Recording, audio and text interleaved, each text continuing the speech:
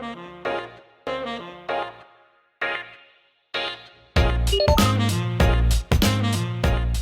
assalamualaikum teman-teman semua, kembali lagi di video Randa. Pada video kali ini saya ingin berbagi tentang cerita anak rantau. Jadi di video ini saya kedatangan tamu, teman saya. Beliau adalah Rahmat Adirianto atau biasa dipanggil Mas Adi. Halo Mas Adi. Hai.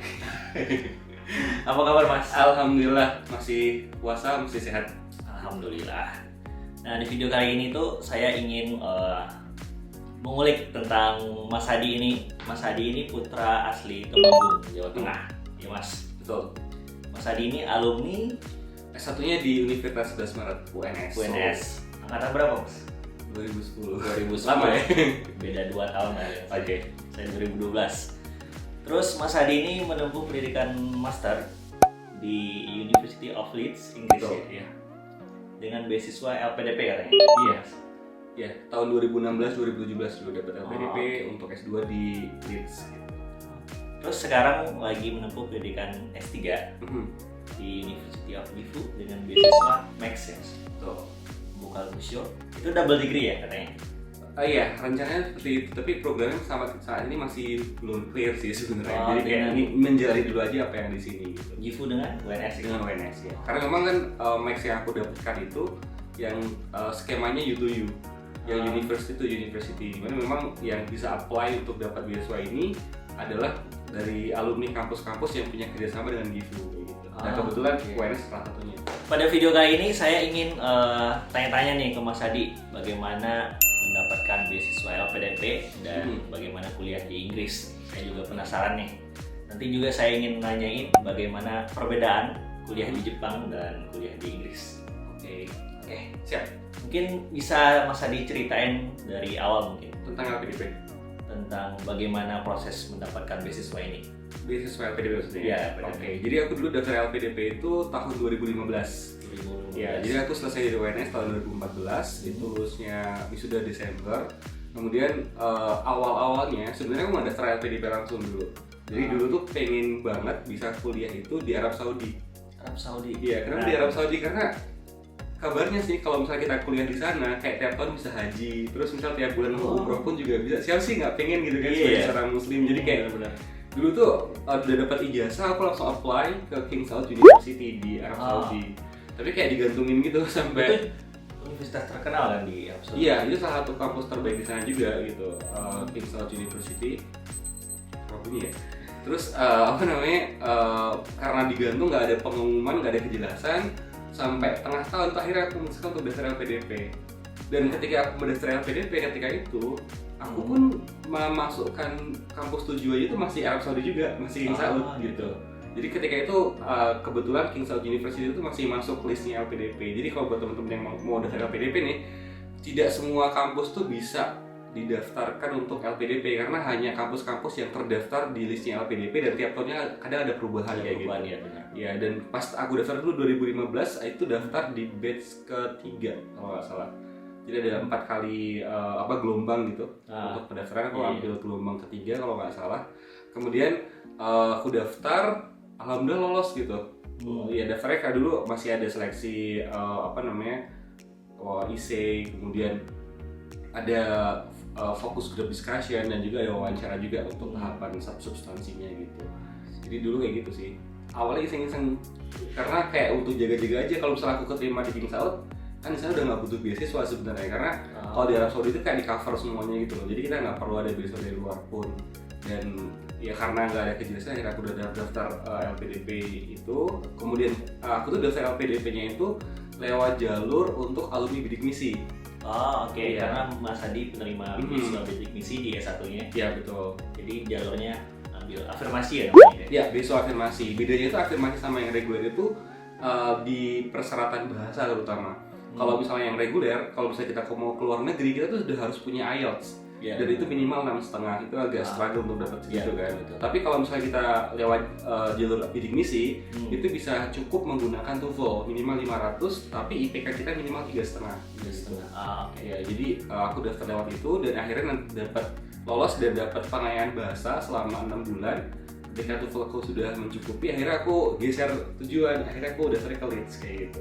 Mas Hadi ini dapat beasiswa LPDP dulu atau udah dapat LOE Leeds-nya dulu? Iya, tadi kan aku cerita kalau ketika aku daftar, itu aku daftarnya ke King's College University. Betul. Dan pada akhirnya aku kuliah di Leeds. Jadi aku daftar LPDP-nya dulu. Jadi prosesnya aku daftar LPDP tuh. Dalam prosesnya itu berubah atau udah terima dulu? Dalam prosesnya, jadi gini, aku diterima LPDP itu di formulir pendaftaranku King's College University masih. Jadi ketika aku pada akhirnya pindah ke Leeds itu aku mengajukan perpindahan ke kampus gitu ke LPDP. Dulu masih diperbolehkan, tapi kayaknya untuk aturan terbaru sudah nggak diperbolehkan untuk pindah-pindah seperti itu gitu. Bahkan dulu ketika batchku itu masih ada beberapa yang tadinya itu daftar dalam negeri, kemudian mengajukan pindah kampus ke luar negeri itu bisa, tapi sekarang udah nggak bisa. Ya? Enak banget ya. Itu makanya untuk tadi aku bilang kan LPDP belajar dari kejadian sebelumnya gitu, ada evaluasi sehingga tidak lagi bisa yang seperti itu. Kalau dulu pas zamanku untungnya masih bisa, jadi karena tidak ada kejelasan dari King's College University-nya aku diterima apa enggak, aku udah kayak ada sinyal positif sih dari kampus. Dulu pernah ditelepon sama profesor juga di King's College University, aku sudah emailan, udah telepon dan bilang selamat macam-macam kayak gitu, tapi LOE-nya belum datang kayak gitu. Akhirnya ya aku pindah ke Inggris. Nah, aku juga penasaran nih Mas, kenapa milih Inggris dan Leeds nih? Iya. Alasannya apa? Nah, jadi sebenarnya masih nyambung sih sama pilihanku sebelumnya. Tadi kan aku bilang pengen banget ke Arab Saudi. Ya, dimana memang dulu aku masih mempertimbangkan masalah agama macam-macam kayak gitu. Dan dulu itu ada kekhawatiran ketika aku mungkin studi di negara yang muslimnya minoritas kayak gitu, ada ketakutan mungkin untuk ibadah itu susah dan sebagainya, hingga akhirnya milih Inggris karena di Inggris tuh S2 cuma setahun. Jadi kayak just in case ada apa-apa itu cuma setahun lah, cepet kayak gitu ya sih. Akhirnya aku pilihnya Inggris dulu. Aku nggak ngerti nih mau di kampus mana, jadi kayak aku googling cari kampus yang membuka program teknologi pangan yang sesuai sama aku minatin gitu. Aku cari aja di Google misal kayak the best MSc Food Science in the UK gitu kan. Akhirnya keluar beberapa kampus dan Leeds salah satunya, dan di Leeds itu yang membuka program Master of Science Food Science and Nutrition. Aku ambil itu karena dulu ketika aku ke King's College itu aku rencananya ambil Human Nutrition, jadi kayak pengen belajar tentang gizi juga karena backgroundku Food Science, jadi aku ya udahlah Food Science and Nutrition kayak gitu. Nah, di UK itu tuh Mas Adi apply satu Leeds aja atau beberapa universitas lain? Kebetulan karena program untuk Food Science itu nggak banyak ya di UK, ada berapa sih, tapi yang Food Science and Nutrition itu kayak cuma satu-satunya di Leeds aja sih yang ngebuka. Akhirnya aku cuma daftarnya di Leeds, dan ketika aku daftar itu cepat sih prosesnya. Jadi kalau untuk di Leeds sendiri pendaftaran itu semua online, jadi kita tinggal akses websitenya, upload berkas-berkasnya, udah tunggu aja. Jadi dulu aku ketika daftar masih belum punya IELTS tuh, jadi aku dapat LOE-nya itu masih yang LOE kondisional. Ya, habis itu aku tes IELTS dapat 6,5 dan masing-masing band skornya itu minimal 6, udah dapat itu. Jadi aku bisa tukar dengan LOE unconditional gitu. Jadi ya kondisional tuh kita udah terima tapi dengan syarat. Nah, ketika kasusku dulu ya kondisionalnya itu karena belum ada IELTS. Terus setelah udah kita submit IELTS-nya, LOE-nya berubah jadi yang unconditional. Artinya kita sudah diterima fix di sana. Mas Adi keterima beasiswa LPDP itu bulan apa ya kira-kira? Aku lolos seleksi itu berawal dari bulan Juli 2015. Ya, Juli 2015 itu aku seleksi administrasi dulu kan. Kemudian di bulan Agustus itu ada seleksi wawancara bla bla bla macam-macam itu kan, substantif lah kalau dulu. Kalau sekarang ada lagi seleksi berbasis komputer, dulu aku belum ada. Gitu. Dan pengumumannya itu September pengumuman, Oktober aku sudah ikut untuk persiapan keberangkatan PK, berarti istilahnya kalau di LPDP. Kemudian bulan November sampai 6 bulan setelahnya itu aku ada pengenalan bahasa gitu. Jadi kayak November, Desember, Januari, Februari, Maretnya vakum, terus April, Mei, Juni itu pengenalan bahasa. Jadi kayak aku pengenalan bahasa 2 kali, 3 bulan pertama tuh masih gagal. IELTS-ku cuma 5,5 gitu pas tes, yang real testnya. Terus dapat 3 bulan lagi, akhirnya dapat 6,5. Dan bulan Juli itu aku udah dapat LOE conditional dari Leeds. Septembernya berangkat 2016. Jadi kayak perjalanannya panjang sih untuk akhirnya bisa studi S2 di Inggris. Jadi proses menunggu setahun ya dari lolos pasca lulus beasiswa? Iya. Sebenarnya sih kalau dibilang menunggu nggak menunggu juga ya, karena emang ada kegiatan, persiapannya juga. ya ada persiapan keberangkatan macam gitu kan. Yang which is memang itu kita juga belajar di kelas kan, kayak full 6 bulan kita tuh kayak les tapi kelasnya di kampus gitu.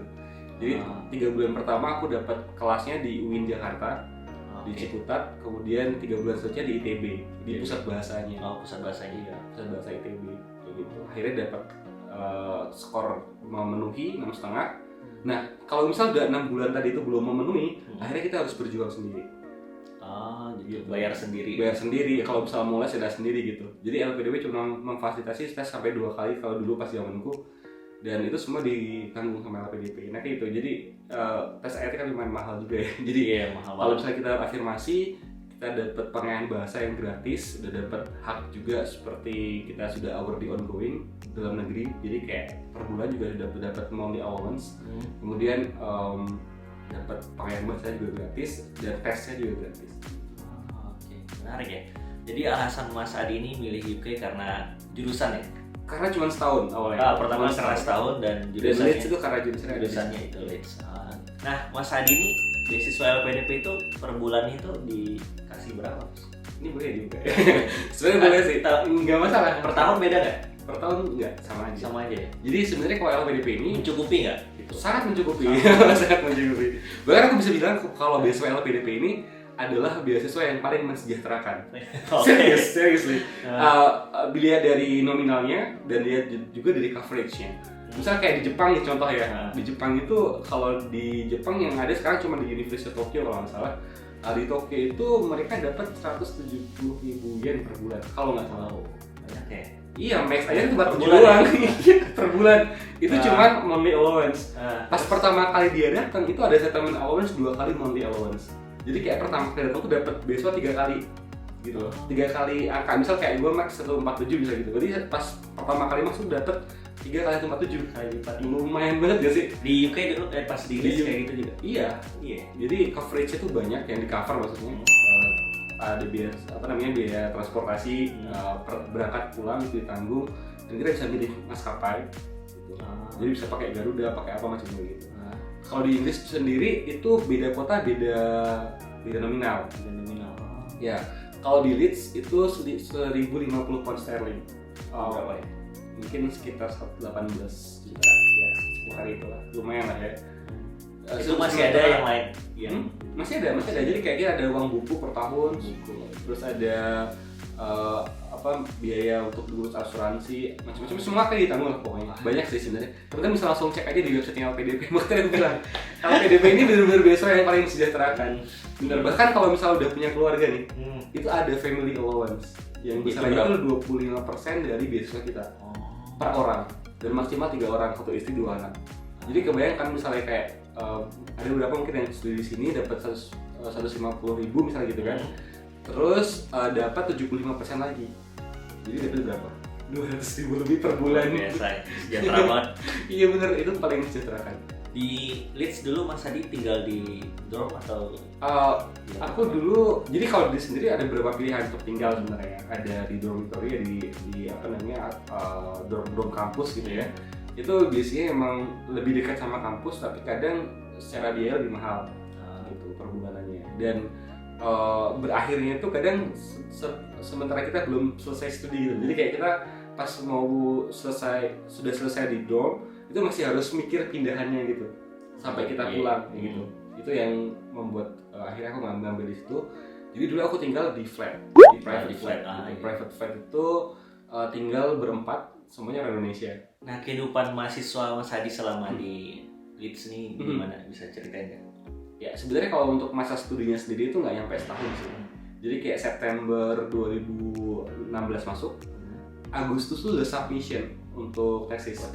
Ya, jadi kayak udah selesai submission ya udah bye gitu, kayak 1 bulan tuh kita free time gitu ya. Itu akhirnya aku gunakan untuk jalan-jalan ke. Iya, ada 2 semester berarti.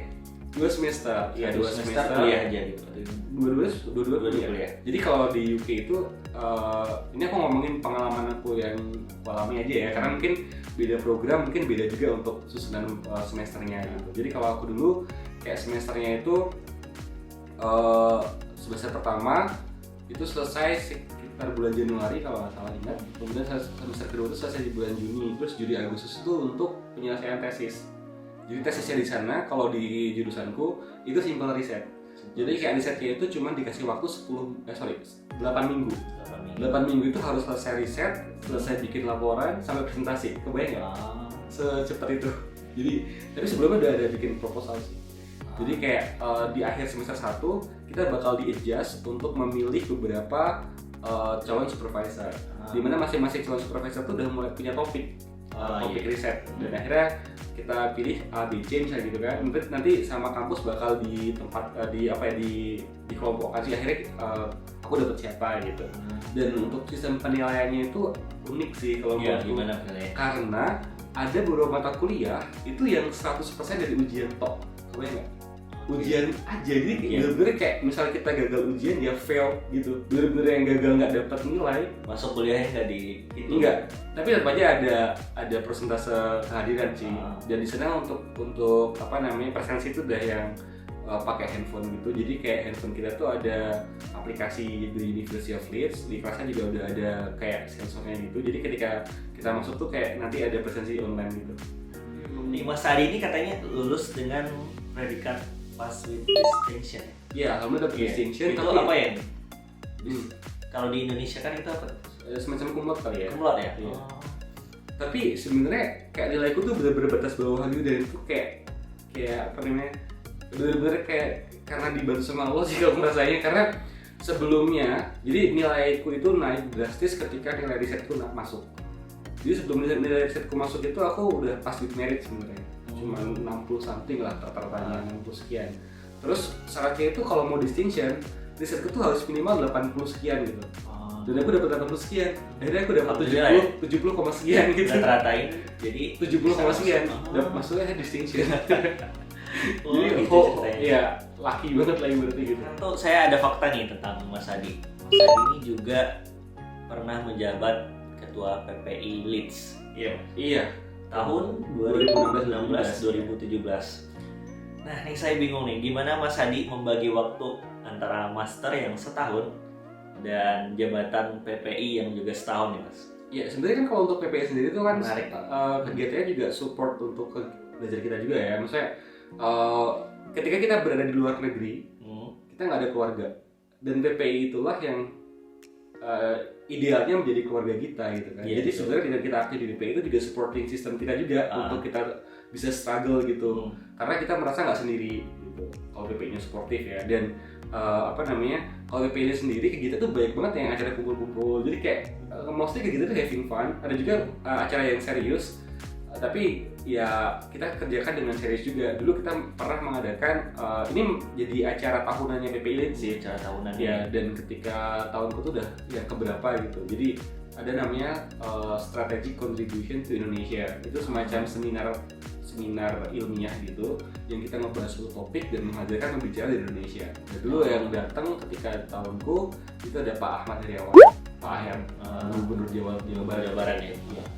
Terus ya kegiatan lainnya kayak ada jalan-jalan, trip kemana, terus potluck kayak gitu sih. Jadi ada juga pengenalan budaya Indonesia. Jadi kayak ada Indonesian Festival kayak gitu. Karena memang kita kan sebagai mahasiswa Indonesia di luar negeri itu kan sejatinya adalah duta wisata sekaligus duta budaya Indonesia kan. Jadi kita berusaha untuk mengenalkan Indonesia melalui kegiatan PPI. Ini Mas Adi menjabat ketua PPI-nya langsung pas masuk. Iya. Ya gimana kan? Jadi ada pemilihan yang langsung gitu. Iya. Jadi cuma setahun, jadi nggak ada senior junior di sana kan kalau untuk masalah kayak gini. Jadi kita masuk langsung ada pemilihan. Jadi aku masuk tuh September, Oktober udah pemilihan gitu ya. Kemudian biasanya pulangnya agak dimulurkan gitu. Jadi nanti Oktober udah ganti lagi. UK nih, saya tertarik nih dengan UK. Katanya tuh negara yang itu tiap hari itu mendung Mas. Bisa dibilang kayak gitu. Langit itu gloomy terus sih. Terus ya. Jadi ketika lihat langitnya itu cerah gitu kan, langit biru itu orang-orang pada keluar. Jarang banget ya. Taman-taman rame untuk berjemur. Bener. Jadi musim di UK itu adalah musim dingin dan dingin banget. Nggak ada musim panasnya. Kalau yang aku rasa ya, karena memang pas summer aja itu suhunya juga belasan gitu loh. paling 20-an juga pernah, walaupun pernah juga sampai 30 ke atas sih, tapi itu nggak terlalu nyengat gitu loh panasnya. Dan dulu aku pernah nih pas puasa-puasa main ke Oxford jadi sama temen-temen, ke Cambridge. Puasa di sana berapa jam? Oh puasanya, kebetulan pas tahun itu tuh pas summer. Pas summer. Kebayang nggak sih kalau panjang pas ya, summer? panjang banget ini. Sahur tuh jam 2:30, Tiga, terus buka puasa jam 9:30. 10-an. Itu berapa jam nih? 18-19 jam lah kira itu. Kan durasinya juga berubah-ubah. Dan tadi cerita tentang tadi aku pernah nih pas tengah-tengah puasa main ke Cambridge sama temanku. Itu pas cerah banget, suhunya juga 30-an, terus kayak lihat orang-orang pada makan es, apa itu kayak bener-bener kayak gitu nggak sih? Ya kalau di sini tuh kontrolnya diri kita sendiri ya. Iya bener. Soalnya di luar udah biasa lah, normal. Nggak ada Kita perbedaan ya nggak mau ada puasa perbedaan. apa enggak. Nah kalau di UK kan, kalau di Jepang mungkin di sini kita puasa juga lebih panjang daripada Indonesia, tapi buka puasa itu masih agak wajar lah ya, masih jam-jam 6, jam-jam 7 gitu paling malam gitu kan. Itu masih kayak ya hampir sama kayak kita di Indonesia. Kalau di UK tuh kayak di extend gitu loh tuh rasanya. Karena di Indonesia kita kalau buka puasa biasanya 5:30, 6:30 gitu kan. Sedangkan di UK 9:30 bro. Kebayang gak sih? Kayak kita tuh extend. Berasa isya gitu ya. Iya, extendnya panjang banget. Dan malam tuh ya mostly gak bisa tidur kan. Dan paling struggle itu pas dulu puasa itu juga pas masuk musim exam. Musim ujian ya? Masuk musim ujian. Jadi kita kan sahur sama buka tuh deket ya. Kalau misalnya kita tidur setelah buka, takutnya nggak bangun pas sahur misalnya gitu. Jadi bahkan setelah tarawih aja jam 11 malam di sana. Nah, cerita tentang ini Mas, Muslim di sana. Bagaimana pengalaman pribadi Mas Adi? Nah, tadi kan aku bilang di awal kalau misalnya aku pilih Inggris itu karena setahun, tapi kenapa gitu kan. Akhirnya aku nyesal sih. Karena karena cuma setahun doang. Setahun doang itu. Karena kayak lebih panjang gitu, tau gak sih? Karena emang culture shock kan pasti ada dan mungkin pas masa-masanya aku pas nyaman-nyamannya di Inggris merasa Inggris itu rumah kedua, harus pulang gitu. Gitu. Jadi kalau masalah itu dulu aku takut nggak bisa ngapa-ngapain, nggak bisa ibadah dengan tenang gitu. Tapi ternyata nggak seperti yang aku takutkan. Bahkan di University of Leeds itu ada masjid kampus. Ada masjid kampusnya. Ada masjid kampus, walaupun namanya bukan mosque gitu ya, namanya dia pakai nama green room gitu. Dan di masjid kampus itu ada sholat Jumat. Jadi kita sholat Jumat tuh nggak perlu kemana-mana. Dan di kota Leeds sendiri itu ada 7 masjid besar. 7, jadi kayak, walaupun di sana nggak ada adzan yang disuarakan gitu, misalnya yang pakai pengeras suara nggak ada gitu. Dan di Leeds sendiri itu ada Islamic Society. Itu semacam organisasi mahasiswa yang menghimpun mahasiswa Islam gitu. Jadi ISOC inilah yang mengelola green room tadi. Dan selain green room, di beberapa gedung itu juga ada prayer space. Bukan prayer room, tapi prayer space. Dan di perpus pun juga dikasih prayer space walaupun ya nggak terlalu besar. Tapi ketika kita belajar di perpustakaan, kita bisa menyempatkan untuk sholat di situ juga gitu. Jadi untuk masalah beribadah nggak ada masalah. Dan makanan halal pun juga gampang banget nyarinya, bahkan kayak sepelemparan batu itu udah dapat. Karena di depan kampus persis itu banyak banget kedai-kedai yang jual orang Islam yang halal gitu. Oke, Mas Adi. Nah, terakhir nih, cita-cita Mas Adi ke depannya itu apa? Iya, sebenarnya kalau untuk cita-cita sendiri, aku pengen banget jadi guru besar. Dosen ya? Jadi profesor gitu, jadi dosen ya. Makanya kenapa pada akhirnya aku ambil S2 dan sekarang S3 gitu. Karena memang kalau mau jadi dosen, step inilah itu step wajib. Ya misal sekarang aku udah jadi dosen nih, udah S2 langsung jadi dosen, pun suatu ketika nanti juga akan S3 kan. Gitu. Jadi karena kemarin kebetulan belum ada kesempatan jadi dosen, karena kan kalau jadi dosen itu kan nggak bisa sembarang ya. Maksudnya kayak kita masuk kampus A, terus pindah lagi kampus B kan nggak seenak jidat gitu kan. Iya, apalagi kalau udah punya itu kan. Kalau udah punya NIDN, nomor dosen nasional itu kan juga nggak bisa langsung pindah-pindah aja, harus ada persetujuan dari pimpinan kampus dan sebagainya, itu kan ribet gitu. Jadi kayak dulu aku milih karena emang pengen itu targetnya dosen di UNS ya, tunggu ada bukaan di situ dulu gitu. Pengen mengabdi lagi ke UNS. Iya, dan kenapa pada akhirnya ambil di GIFU ya karena memang kebetulan GIFU sama UNS ada kerjasama gitu. Jadi harapannya memang bisa memperbesar peluang gitu ya. Karena S3 di mana aja kayaknya nggak jadi masalah yang berarti kalau untuk kita bisa jadi dosen kan. Gitu. Jadi pengennya kalau misalnya masih lurus ke situ, dan ini juga menjadi catatan buat teman-teman juga sih yang pengen kuliah di luar negeri. Kalau sebenarnya S2 dan S3 itu bukan merupakan kebutuhan setiap orang. Artinya tidak semua orang tuh butuh S2 ataupun S3. Iya betul. Gitu. Jadi ketika dulu saya S2 di Leeds, itu ada yang S2 itu fresh, S1 selesai langsung S2. Ada juga yang udah kerja sekian lama langsung baru S2. Ada yang udah dia memenuhi karir tertentu baru S2. Jadi macam-macam backgroundnya. Bahkan ada beberapa yang S2 yang kedua. Gitu. Dua kali S2. Dua kali S2. Jadi seperti itu. Jadi itu kebutuhannya sesuai dengan apa yang mereka butuhkan, sesuai dengan karir yang akan mereka jalani ke depan gitu. Jadi studi lanjut itu merupakan suatu step, bukan suatu tujuan akhir, bukan cita-cita terakhir gitu. Jadi ini bukan step aja untuk mencapai karir kita ke depannya. Maka buat teman-teman yang pengen studi lanjut, tentukan dulu sebenarnya pengen karir apa sih, sehingga kita tahu apakah S2 atau S3 itu harus linear atau tidak misalnya. Misal kayak banyak juga teman-teman yang S2 itu nggak nyambung sama S1-nya secara langsung. Misal kayak S1-nya itu teknik, S2-nya bisnis.